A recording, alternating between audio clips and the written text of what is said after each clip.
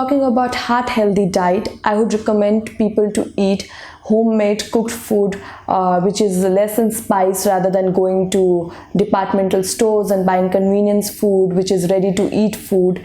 Nowadays we have a lot of packaged items which we see in the stores. So rather than that, I would suggest everyone to eat normal food.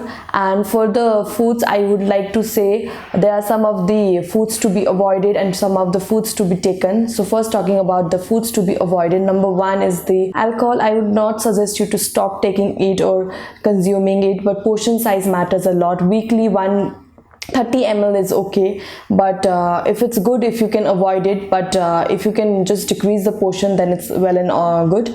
And the other one to talk about is apart from alcohol, it's caffeine intake. Reduce your caffeine intake. And the number third is there are two types of fat, good fat and bad fat. So I would like to suggest to avoid all the bad fats, which is unsaturated fat, trans fats. And number four is all the tobacco. Number five is fried foods and all the processed foods.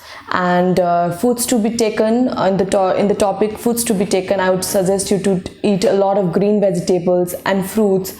Take your cereal, whole grains. Take your protein properly. Like protein item can be, for the vegetarian, can be tofu, maybe broccoli, maybe mushroom, or maybe paneer. And for non-vegetarian, more of white meat rather than red meat. And also a lot of fluids to be taken, fruits to be taken, etc. And yes, eating a proper diet with healthy diet which covers all this nutrient like macro and nutritions. It's all about heart healthy diet. There's no harm in taking any of this diet, but for the thing, I would just suggest for a non-vegetarian diet to just cut down the portion, because portion size matter a lot. Just have your portion of meat, just one portion of meat in a day, and avoid taking meat in the evening time, maybe at the dinner or something like that, or mostly take your meat during the lunch time so that it get digested properly. And for the vegetarian, there are a lot of vegetarian sources of protein which we are not aware about, like for example are broccoli, mushroom, tofu, paneer, lentils. So you please consume that because people nowadays think that if you are a vegetarian, you do not have good sources of protein, and that's not true. So I've listed some. You can just go and have it and increase the protein intake.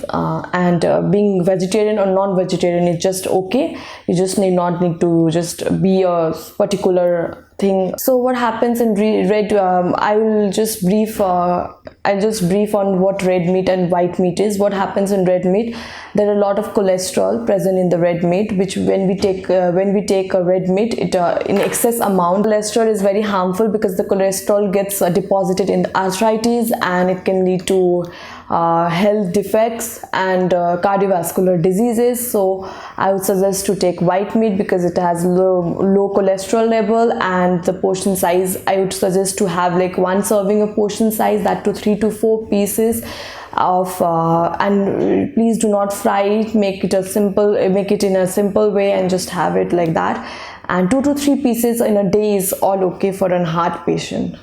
And you can also include eggs in your diet if you really want to, because eggs without cholesterol, without yolk, because what happens when we first look, it depends upon individual to individual. If the person has a normal level of cholesterol, then we suggest them to have egg yolk. But if the person has high elevated level of cholesterol, we just suggest them not to have egg yolks, so they can consume up to 2 egg whites in a day.